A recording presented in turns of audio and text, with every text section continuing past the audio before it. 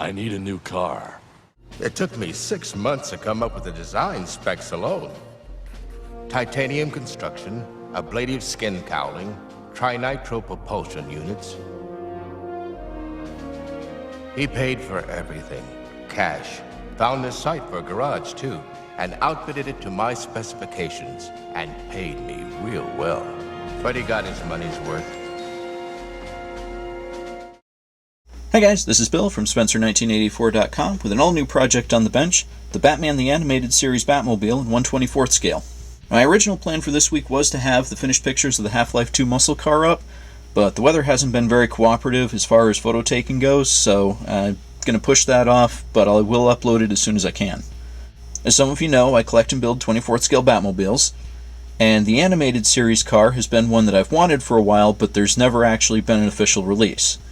So I figured I'd just end up scratch building it, but my procrastination worked in my favor this time, and this has just been released. And overall, they did a very nice job on it. It's got the right shape, it's huge, but that is keeping with what was shown in the cartoon. And overall, some pretty nice detail on it. Really, the biggest problem that I've got is this right here. They've got a big ugly hinge and some tabs here so that you can open the canopy. And they did a really nice job on the cockpit. That's some very fine detail work.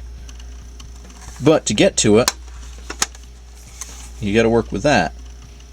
And I don't care for that. I'm also not a huge fan of the header pipes here. And as a personal preference, they went with it in a dark bluish gray, and for this car I prefer the more traditional black Batmobile. So I'm going to be making some changes to it and turning it into something that fits in better with my model collection. The first thing I'm going to do is I got screws holding everything together. Now that I've got the screws out, it's time to take off the chassis pan. I won't be able to pull it straight out because the wheels are bigger than the wheel openings, but because this has a nice thin body, it's got some flex to it.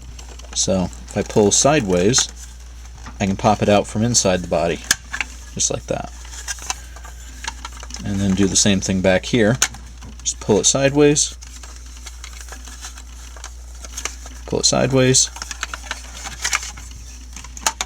and it's clear. Unfortunately, the wheels are permanently glued in place. I was hoping that there was going to be a metal axle or something that I could use, but it's not the case. So I'll either be painting and dull coating these in place, or I'll break them off and figure something out from there. Haven't decided yet, though probably going to end up leaving them in place and painting them. And the inside of the body is pretty much a big open box. This Batmobile was about 60% engine. You've got the cockpit here, and that's held in with 4 little heat swedges, 2 top, 2 bottom. And to get past those, just take a flat underneath there, and these two, because I can't really get at a good angle, go around to the other side here and pop it through from the top. Take another look at the cockpit here. They really did nice work on this. I don't think I'm going to end up doing anything to this other than maybe giving it a shot of dull coat and maybe cleaning up the edge of the steering wheel. But otherwise, it's very nice work. On this, we can see more heat swedges hold the exhaust headers and hold the canopy. So first we're going to take this whole large piece, and to get it off, let's see if we can just pull it sideways, and that comes right off. So I'll slice this off right at the edge of the canopy right there.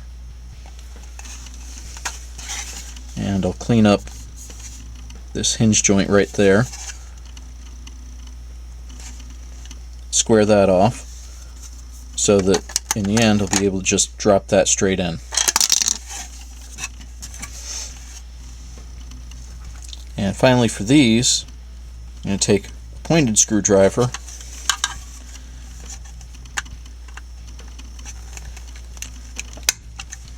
and push straight down, and that pops the heat swedge off.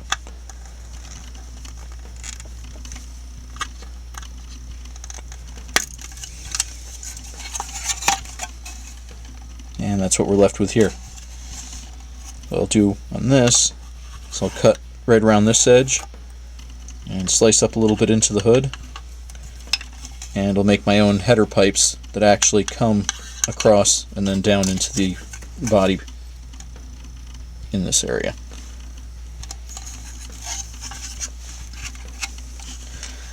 I also want to see about opening up these scoops right here. Don't know if there's going to be an easy way of doing it.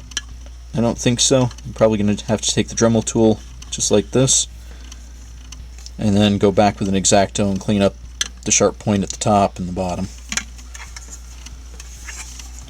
And now that the interior's out of the way, I'm going to go in and screw this.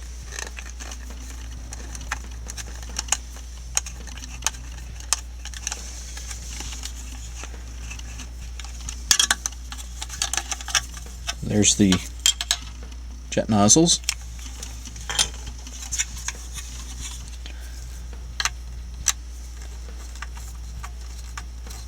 And we'll unscrew these, and they just lift right out.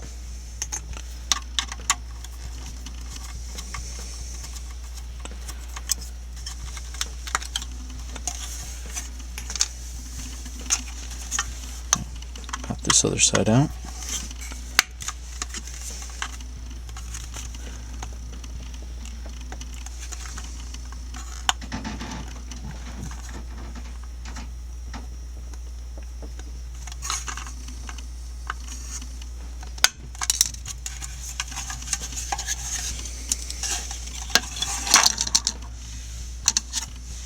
And so there we have it, an empty shell. I can go back, clean up the parting seams, clean up this, open these up, and it'll be ready for paint. So check back next week to see the progress on it. Thanks for watching.